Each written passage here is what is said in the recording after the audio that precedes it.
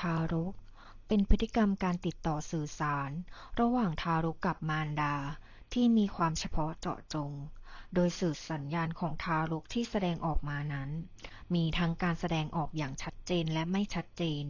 ซึ่งเป็นการแสดงออกถึงความต้องการของทารกการตอบสนองสื่อสัญญาณทารกเป็นการตอบสนองต่อความต้องการของทารกโดยการช่วยเหลือดูแลหรือปกป้องทั้งด้านร่างกายและจิตใจซึ่งถือว่าเป็นบทบาทสำคัญของมารดาที่จะต้องตอบสนองต่อสื่อสัญญาณทารกให้ได้อย่างเหมาะสมเพื่อให้ทารกเกิดความไว้วางใจมีพัฒนาการที่ดีและเกิดความรักใคร่ผูกพันระหว่างมารดาและทารกมารดาควรมีความไวในการตอบสนองสื่อสัญญาณโดยมารดานั้นจะต้องมีการรับรู้และแปลความหมายของสื่อสัญญาณทารกให้ถูกต้องจึงจะสามารถตอบสนองต่อความต้องการของทารกได้อย่างเหมาะสมสัญญาณทารกที่แสดงว่าหิวและอิ่มทารกจะแสดงสื่อสัญญาณที่แสดงว่าหิวได้หลายลักษณะได้แก่ร้องไห้งอแงดูดนิ้วดูดปากพยายามหันศีรษะหรือปากเข้าหาเต้ายกขาเหยียดขึ้นหากมารดาไม่สามารถตอบสนองได้ต่อความต้องการของทารกจะเริ่มงอแงร้องเสียงสั้นๆโทนเสียงต่ำร้องกวนมารดาควรรีบตอบสนองต่อความหิวของทารกทันทีโดยให้ทารกเข้าเต้าอย่างถูกวิธีขณะเข้าเต้ามารดาควรพูดคุยยิ้มจ้องหน้าเพื่อสร้างสัมพันธภาพกับทารกเมื่อทารกกินนมไปได้สักระยะทารกอาจแสดงสื่อสัญญาณทารกที่แสดงว่าอิ่มเช่นหยุดดูดดันนมออกจากปากการยิ้มหัวเราะหลับหันหน้าหนีขณะป้อนนมสำรอกนมแขนขาเหยียดตรงเมื่อทารกมีสื่อสัญญาณเหล่านี้มารดาควรหยุดให้นมและให้ทารกพักผ่อน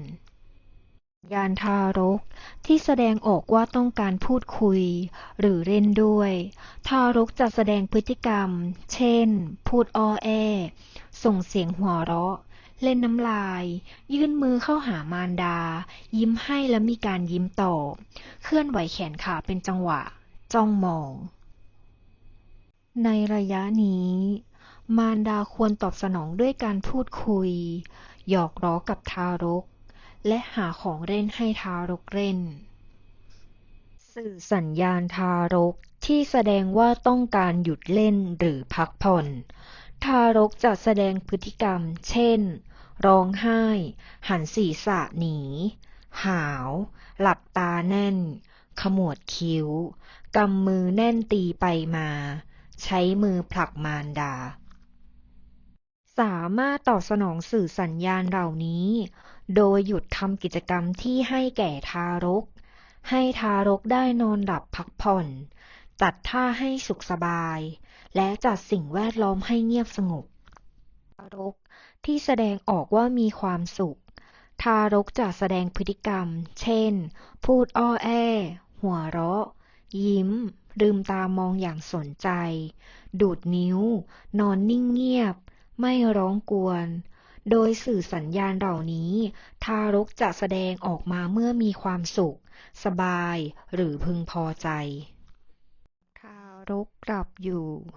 มารดาควรตอบสนองโดยการให้ทารกได้พักผ่อนและเฝ้าดูแลอย่างใกล้ชิดหากทารกตื่นมารดาควรตอบสนองด้วยการยิ้มตอบพูดคุยและหยอกล้อกับทารกทารกที่แสดงออกว่าไม่สุขสบายหรือเจ็บปวดทารกจะแสดงพฤติกรรมออกได้หลายอย่างเช่นร้องไห้งอแงดิ้นไปมา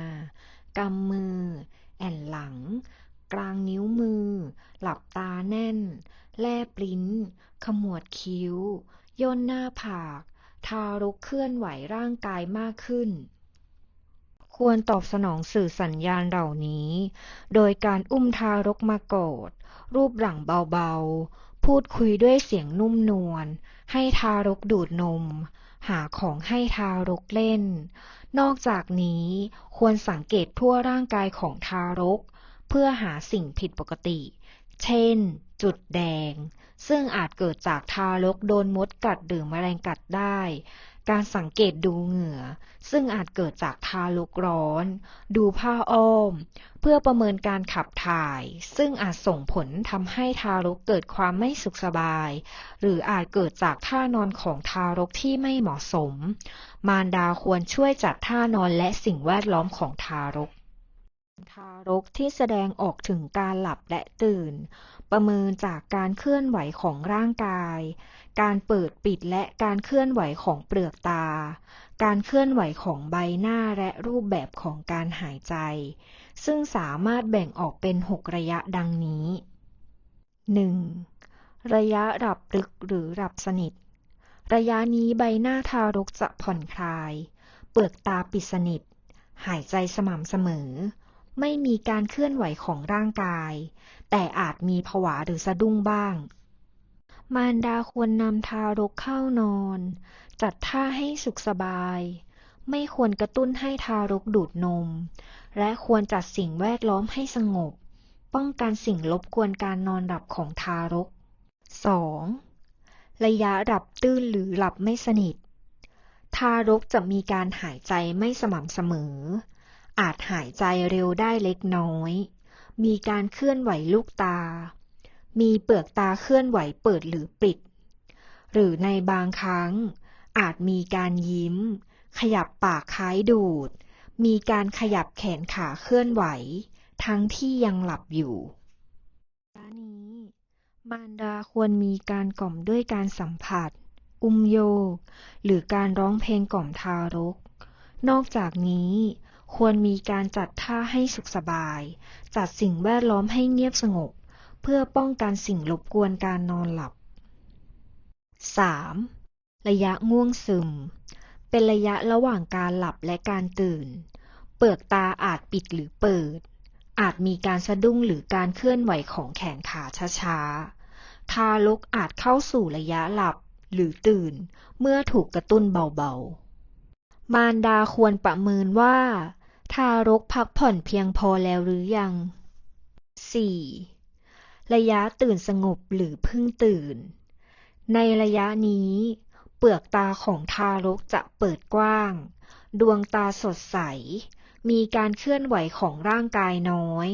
เนื่องจากสนใจสิ่งแวดล้อม ระยะนี้เป็นระยะเวลาที่ดีเลิศสำหรับการส่งเสริมความรักใคร่ผูกพันระหว่างมารดาและทารก มารดาควรตอบสนองโดยการส่งเสริมการมีปฏิสัมพันธ์ โดยการจัดท่าให้ทารกสามารถมองเห็นใบหน้าของมารดา มีการประสานสายตากับทารก หยอกล้อ พูดคุย การให้ของเล่นสีสันสดใส หรือการอาบน้ำและทำกิจกรรมให้ทารก 5. ระยะตื่นเต็มที่ เปลือกตาของทารกจะเปิด มีการเคลื่อนไหวร่างกาย แขนและขาเพิ่มมากขึ้น ทารกอาจส่งเสียงอ้อแอ และทารกจะไวต่อสิ่งที่มารบกวนมากขึ้น และจะเป็นการยากถ้าจะสร้างปฏิสัมพันธ์กับทารกในระยะนี้ ในระยะนี้ มารดาควรตอบสนองด้วยการหยุดเล่นกับทารก เพื่อให้ทารกได้พัก ปลอบทารกด้วยการสัมผัส เช่น การกอดทารก ตบก้นเบาๆ ห่อตัว หรืออุ้มโยก 6. ระยะร้องไห้ ถ้าทารกไม่ได้รับการตอบสนองให้สุขสบาย ทารกจะเข้าสู่ระยะร้องไห้ โดยร่างกายจะเคลื่อนไหวเต็มที่ มีการหายใจเร็วและไม่สม่ำเสมอ สะแหยะหน้า เปลือกตาอาจเปิดหรือปิดแน่น มารดาควรตอบสนองโดยการหาสาเหตุของการร้องไห้ และขจัดสาเหตุที่พบ ปลอบทารกด้วยการสัมผัส เบี่ยงเบนความสนใจด้วยของเล่น การอุ้มโยก หรืออุ้มเดิน การที่มารดาสามารถรับรู้และแปลความหมายที่ถูกต้อง จะทำให้มารดาสามารถตอบสนองสื่อสัญญาณทารกได้อย่างเหมาะสม ทารกเกิดความไว้วางใจ ก่อให้เกิดความรักใคร่ผูกพันระหว่างมารดาและทารกที่ดี